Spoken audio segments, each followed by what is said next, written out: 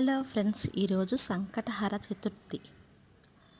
ఏవైనా మన అనారోగ్యాలు తగ్గకున్నా, మనం అనుకున్న పనులు నెరవేరకున్నా, సంకష్టహర చతుర్థి రోజు కానీ, ఏదైనా బుధవారం రోజు కానీ వినాయకుడికి పసుపు గుడ్డలో బియ్యము 5 రూపాయి కాసులు వేసి, ఒక్క పేళ్ళు కూడా వేసి ఇలా ముడుపు కట్టుకుని మట్టితో కాస్త పసుపు, వీలైతే కొద్దిగా ఆవు పేడతో వినాయకుడిలాగా చేసి తమలపాకుకి పసుపు కుంకుమ పెట్టి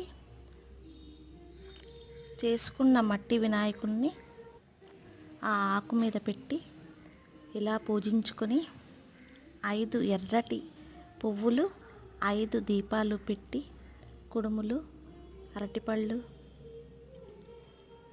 నైవేద్యం పెట్టుకుంటే తప్పక నెరవేరుతాయని మా నమ్మకం.